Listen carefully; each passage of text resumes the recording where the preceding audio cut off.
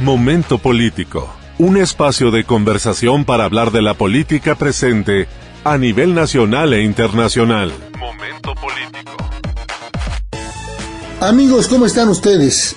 Sean muy bienvenidos aquí a Momento Político, donde analizamos, como ustedes saben, los temas de actualidad en asuntos políticos nacionales, internacionales, y el impacto que tiene en todas las actividades productivas y los sectores productivos de nuestro país, así como en toda la sociedad.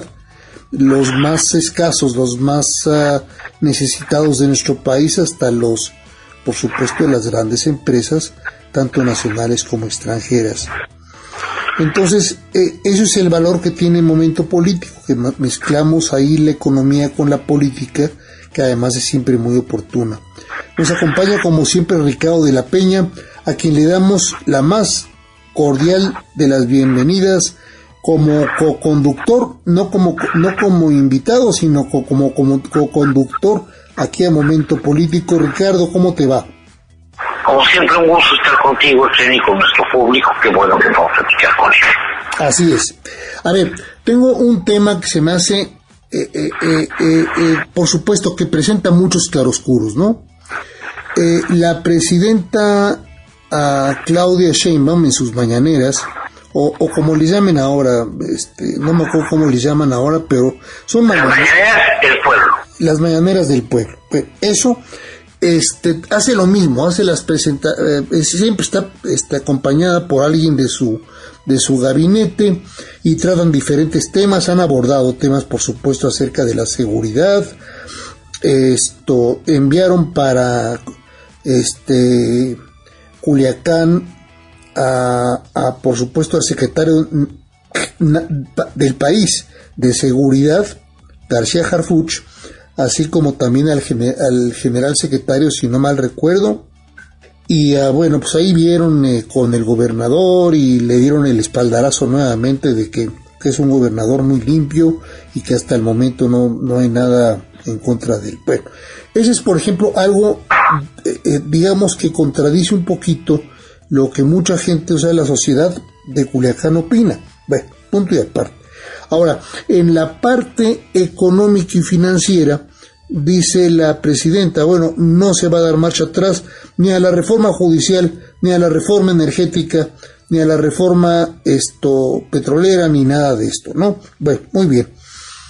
Pero, por otra parte, se abren las puertas, o sea, que ya estaban abiertas, a que la Comisión Federal de Electricidad reciba inversión extranjera porque se la necesita.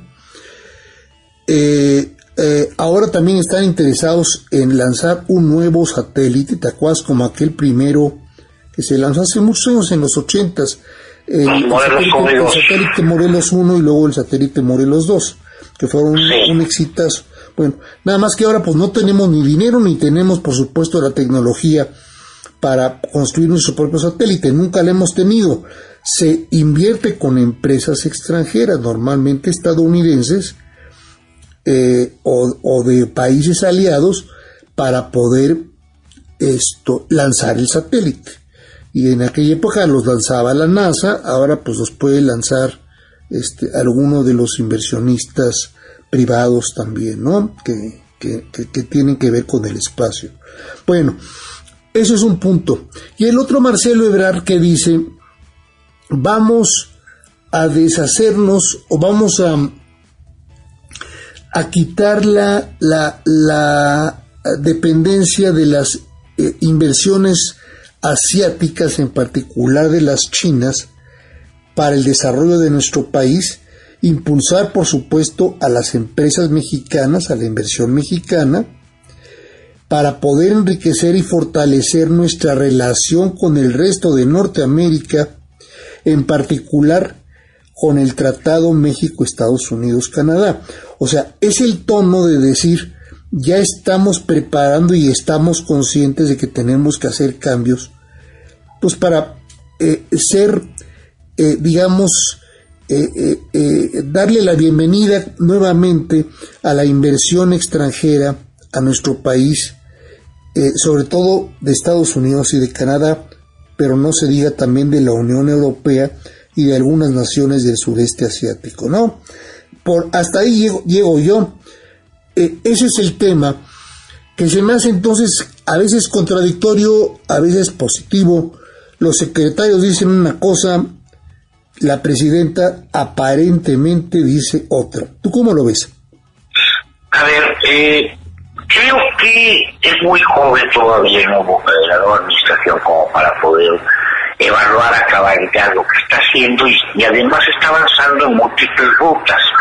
Al mismo tiempo que tenemos todo un discurso y un principio de un hacer político, de prácticas políticas por la nueva administración, se están llevando adelante muy diversas reformas a los ámbitos legislativos en el propio poder legislativo de la Unión, con el hecho de que están retomando las propuestas generadas por el anterior gobierno, pero que en muchos casos están cambiando, ajustando detalles que es muy difícil seguir puntualmente y muy difícil poder tener una apreciación cabal.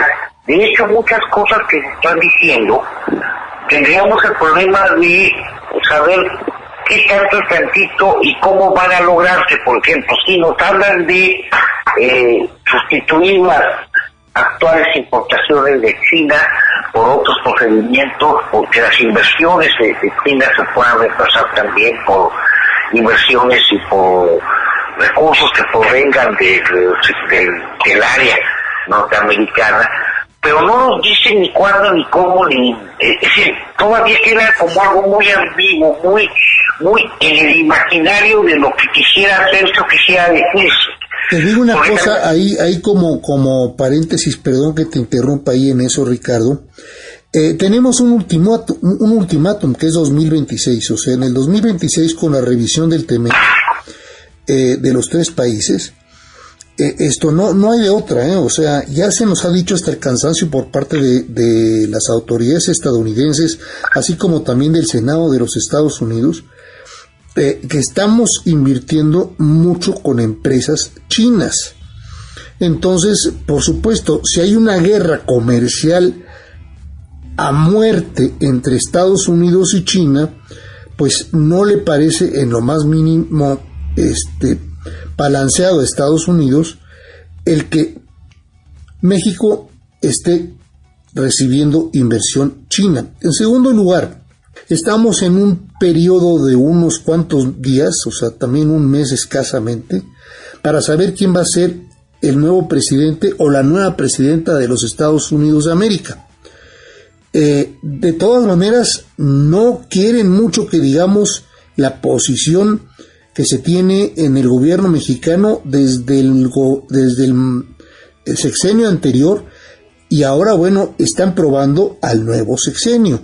Le están deseando todos los mejores deseos, pero le están diciendo, bueno, no te vas a salir del TEMEC y vas a entrar en cintura con lo que dicen las reglas del TEMEC.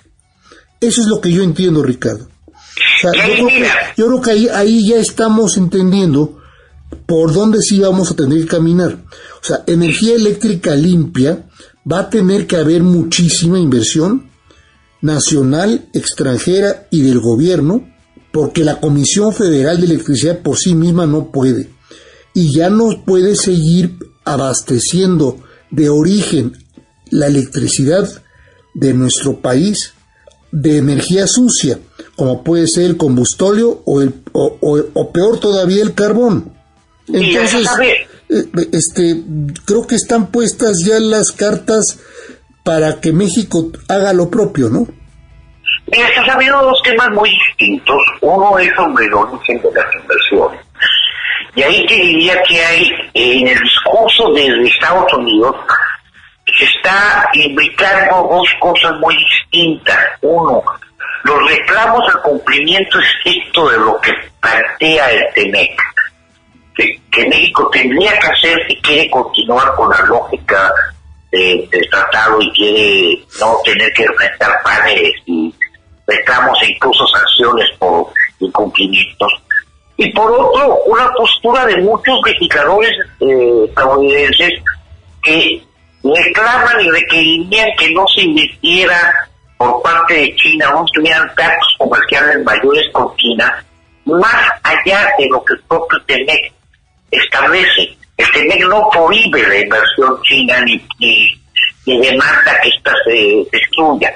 Simplemente plantea términos para el trato comercial en el seno de Norteamérica y los privilegios que la pertenencia al Tratado de Norteamérica genera para los propios países de la región versus los de fuera, pero no te proscribe que no tengas trato comercial con los demás. Ahora tienes cómo se encuentran.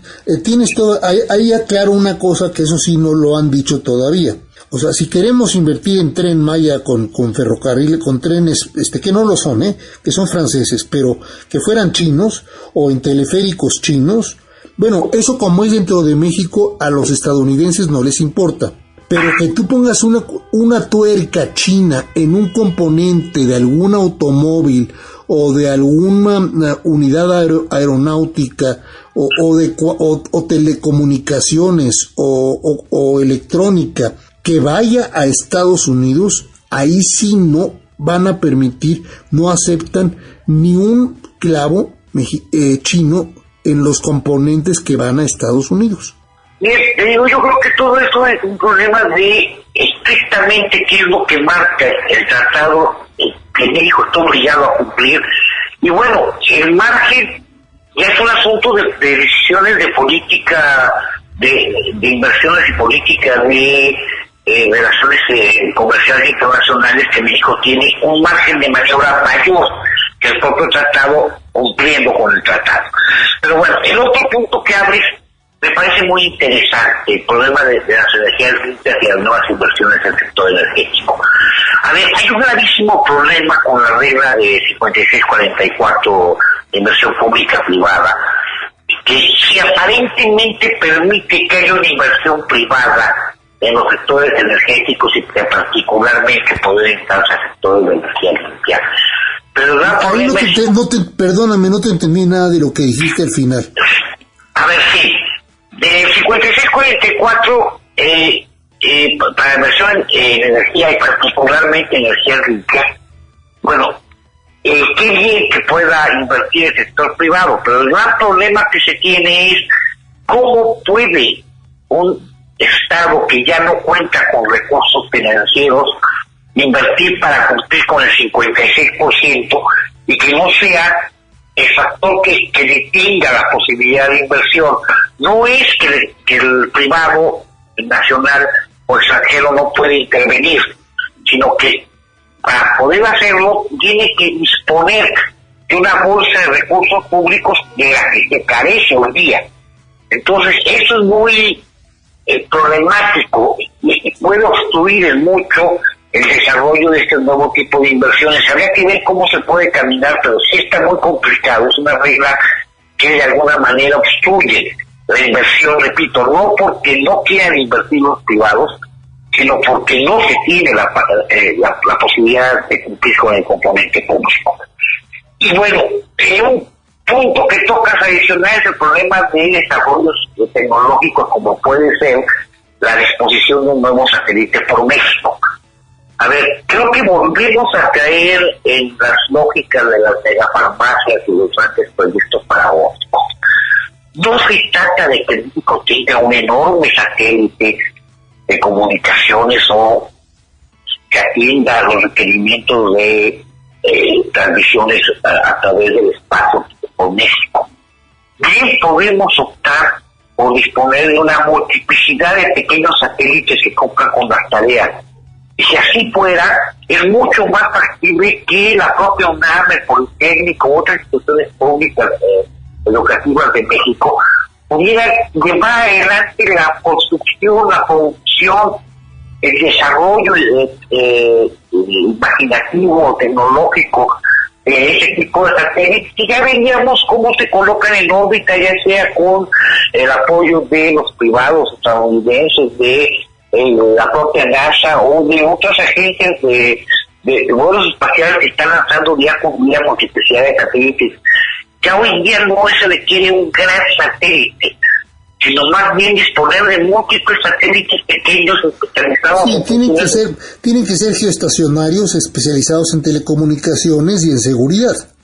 Sí, pero igual tienes, bueno, él no se está lanzando al espacio cientos, si no es que miles de pequeños satélites. ¿Por qué pensar que México va a tener un satélite geoestacionario en una multiplicidad de satélites o de espacios en satélites que puedan tener componentes de otros países o de otras instancias que puedan ser privadas inclusive?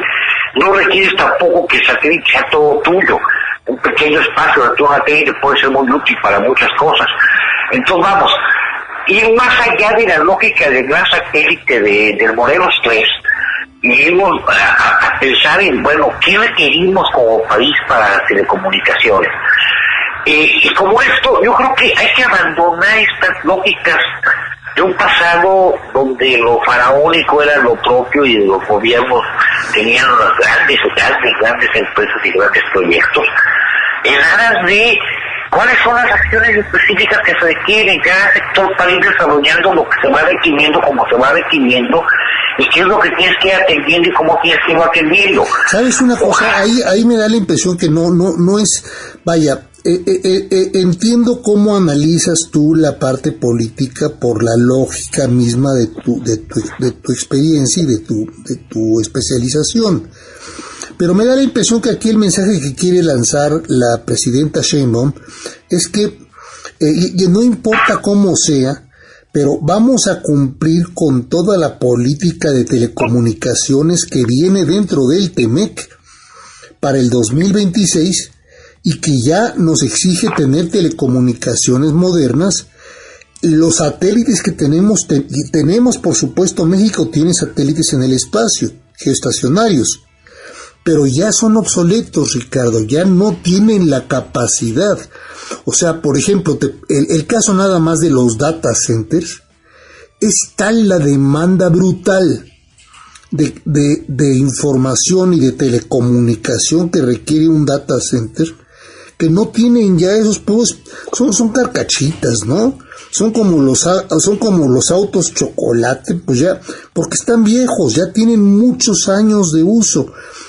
Entonces, creo que el mensaje en telegrama mexicano, porque ya ves cómo hablamos de una forma muy curiosa a los mexicanos, cuando se trata de política, es decirle a los estadounidenses, bueno, sí, va la reforma judicial, pero va a haber apartados para que toda la inversión nacional, privada y extranjera puedan invertir como quieran y también en colaboración con el sector público en lo que quieran, para lo que quieran, en lo que necesiten, e inclusive en aquellas actividades reservadas para el Estado como es Comisión Federal y Petróleos Mexicanos. Bueno, para mí ese es el mensaje. Y por supuesto en telecomunicaciones pueden invertir en satélites, pero por supuesto en coparticipación con el sector público, porque así lo mandata la Constitución. Ese es el mensaje en telegrama mexicano que siempre mandamos, y lo que estamos diciendo es, vénganle, traigan la lana, inviertan. Y por supuesto aquí vemos cómo nos arreglamos con las leyes y les garantizamos que con todo y reforma judicial, pues ustedes van a estar protegidos por la ley. ¿Cómo la ves? Ahí el problema es que tanto se chupan el dedo los extranjeros, porque se les va a dar el margen de maniobra mientras les quiera dar el margen de maniobra, y en el momento que se está un litigio se van a tener que enfrentar con jueces que son jueces de consigna. Entonces, al final del camino es un Estado de Derecho bueno para ti mientras no llegamos a la confrontación. Cuando llegamos a la confrontación, ya lástima Margarito.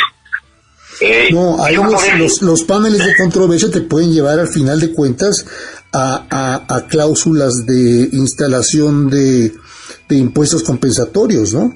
Y eso puede ser sumamente grave para México. A ver, sí, pero la vía no internacionalizada, sino nacional, no te garantiza un equilibrio jurídico, un Estado de Derecho que permita que la inversión tenga garantías, aunque al final pueda salir al espacio de los paneles multinacionales en los cuales puedas compensar. No, es que es tan sencillo como esto. A ver, yo Estados Unidos, si no me parece lo que estás haciendo, se rompe la forma tradicional de comerciar entre México y Estados Unidos, y ahora en la papa, en el frijol, en esto y en aquello te vamos a poner un compensatorio del 8%. Normalmente se empieza por el 8%. Y si México no entiende ni acepta las condiciones, se sube al 10 o al 15 o al 20%, lo cual agrava la situación de abasto para nosotros los mexicanos. Se supone que la lógica de los tratados de libre comercio no es llegar a los paneles de controversia, sino que sin llegar a paneles de controversia hay un equilibrio y una actitud que favorezca los diversos comerciales. Oye Ricardo, ahorita mismo en el TEMEC, y siempre los ha habido paneles de controversia e impuestos compensatorios. Te pongo el ejemplo del atún, por ejemplo, ¿no? Ahí hubo pleitos con el atún porque de algunas regiones del país no querían entender que ya se estaba trabajando para evitar la captura del delfín. Ellos seguían insistiendo, los estadounidenses, porque así les interesaba comercialmente, que seguíamos capturando mucho delfín para poder pescar el atún. Eso ya no era cierto, ya se estaba corrigiendo. O sea, y eso poco a poco se va corrigiendo. Hemos tenido también problemas con impuestos compensatorios con la papa, por ejemplo, ¿no? Pero también se corrigen. O sea, nunca hemos tenido en la historia del Tratado de Libre Comercio desde 94 para acá, 1994 para acá, no hemos tenido días en los que no hayamos tenido problemas con Estados Unidos o con Canadá. Son normales, como tú puedes tener discusiones con tus vecinos o en tu casa con tus hijos o con tu esposa, es lo mismo, o con el perro, o sea, con todo el mundo puedes tener discusiones, es lo mismo sucede en las mejores familias con el bellísimo TEMEC. A ver, sí. No te quiero contradecir, lo que te quiero decir es que la conclusión es, se va a poder resolver, y ellos, los extranjeros, te van a poner cláusulas de garantía, garantía judicial, que permita decir, bueno, hay Estado de Derecho, lo que yo entiendo, ellos, extranjeros, como el rule of law. Si no me das eso, pues por supuesto que ya no invierto en México. Bueno, aunque te diga yo al final del camino, sí, pero cuando yo tengo pleitos con mi mujer, no estoy esperando que un tribunal de los familiares que medie entiendo. Mira, se nos está acabando el tiempo, pero el hecho es de que ya empieza a ver, lo que yo veo es algún color ya no es el gris original que venía del gobierno anterior, ya empiezo a ver una presidenta que sí probablemente mantenga por política el gris original, pero ya secretarios de Estado como Marcelo Ebrard, como el secretario ya de Relaciones Exteriores, Juan Ramón de la Fuente. Sí, Juan Ramón de la Fuente, pero vaya, se me fue el nombre de el secretario de Hacienda, por supuesto. Ya empiezan a dar color al grisaz, a los grises de la presidenta, que tiene que mantenerlos por política, y los secretarios están dando un poco de color. Un minuto para las cosas. Y ya con eso nada más dejarle a nuestros amigos dicho que hay que esperar, porque las presiones son muy fuertes como para que se sigan manteniendo giritos estos con sus berrinches de cambios a las leyes como se les ha pegado la gana, ¿no? Dame un minuto para comentar esto. Creo que lo que más relevante es, no estamos viendo un gobierno de una cabeza sin estructura. Estamos viendo un gobierno en el que comienza a haber dos niveles, la presidenta y las que se encargan de los despachos por tema, que de alguna manera crea una lógica distinta de administración pública. Totalmente de acuerdo. yo estoy viendo hasta, inclusive me voy a ir al extremo, hasta el secretario de la defensa, o sea, el general secretario de la defensa y el almirante de la marina, el secretario, se están movilizando en otra forma. O sea, ya se acabó, no lo dicen, pero ya no hay abrazos, ni tampoco quieren balazos, pero van a defender a la población. Esa es la impresión que me da de mensaje, aunque por supuesto la presidenta Sheinbaum tiene que decir en tono gris que se mantiene la estrategia de seguridad nuestra, o sea, del sexenio pasado, y no se va a regresar a la guerra con los narcotraficantes de Felipe Calderón. Lo tiene que volver a mencionar, pero en la práctica me dio la impresión con lo de Sinaloa que ahí empieza a haber ya otra movilización muy distinta. Con el huracán en Acapulco, ahora el más reciente, bueno, ya se movió las Fuerzas Armadas para aplicar nuevamente los antiguos planes DN3, etcétera, etcétera, etcétera, de protección y asistencia a la comunidad. No con la debida eficiencia, pero ya están habiendo colores, mi querido Ricardo. Me parece que así es, mi querido José. Vamos a platicarlo la siguiente semana, si te parece. Me parece muy bien, gracias a nuestro público por atendernos y ojalá podamos continuar platicando las próximas semanas. Así es, y déjenos ustedes también los temas que les interesan, que quieran que comentemos Ricardo y un servidor, que eso nos va a ayudar mucho para saber por dónde quieren ustedes que llevemos también Momento Político.